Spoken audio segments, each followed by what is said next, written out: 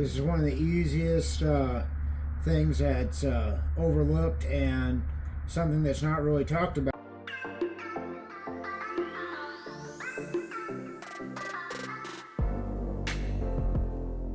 Today, let's talk about motorcycle gloves. This is one of the easiest things that's overlooked and something that's not really talked about, even though between a helmet and a gloves are usually the first protective equipment a motorcycle rider will end up getting. And I just wanted to go over your different choices here. Now, obviously, you could just wear mechanics gloves or whatever, leather gloves, and that's going to give you some protection. It's better than nothing. I would always recommend wearing gloves and a helmet at least when you're riding a motorcycle for sure. And the next one's a jacket or some leather pants. But anyway, let's talk about gloves. When I first started riding and I knew I needed gloves, I didn't want to wear just regular work gloves. I wanted to get motorcycle gloves. So I went to the local store here and looked around, and the lady said leather's the best for abrasion resistance. But I noticed all of them have these carbon fiber knuckles. They have anti-skid palms, a little bit of extra protection here for your calluses and everything, and they're pre-curled.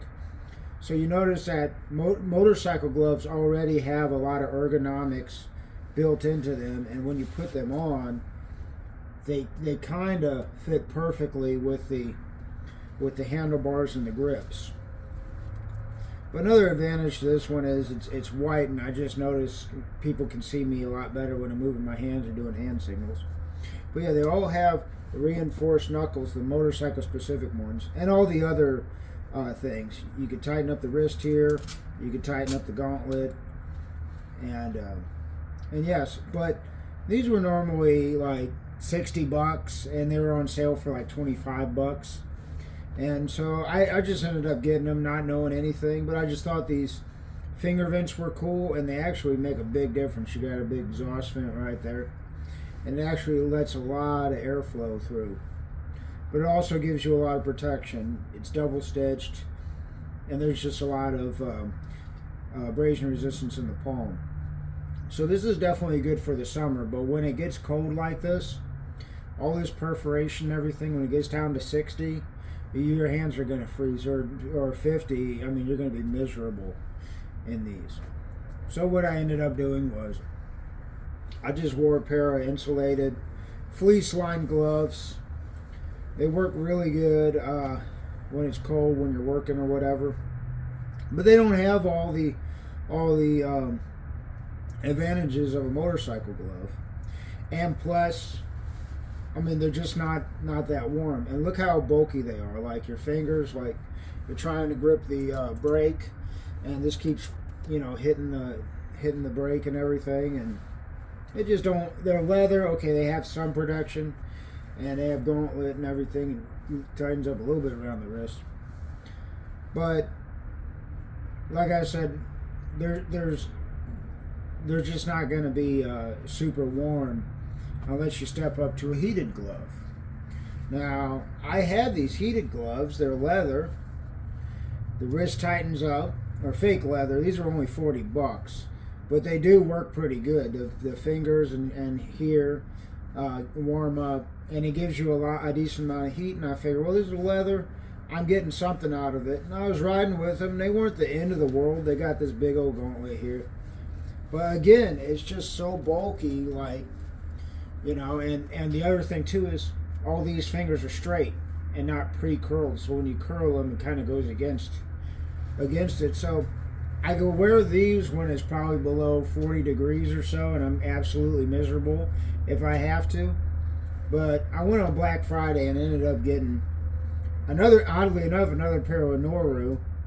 Now, I don't see this brand all that often, but I guess it's a discount brand because they seem like their stuff is pretty, inexpensive. But at least these gloves are good quality. They got the enforced knuckles. They got little padding here, extra protection on your second and third knuckle, and even your fingernails there. They got the anti-skid palm, like I said, reinforced, callus area and stuff, and just all over. It's just reinforced, pre-curled. Now these, you can't adjust the wrist, but at least they have some elastic, and you can tighten up the gauntlet like this. I got these on Black Friday. They were normally $70. I got them for 20. I'm not crazy about them being black because the rest of my outfit's black and my bike's black, and thank God my backpack has reflectors on his neon green. So I don't know if I'll just paint the knuckles or something like that white, or highlighter yellow or something, or green to kind of go with the bike. But we'll just see how that goes. But for now, these are insulated, non-perforated, and they give great protection from the cold. So it's kind of a good middle of the road between my summer leather gloves and my absolute, I need them because it's way too cold, leather heated gloves, or pleather, or whatever the hell they are.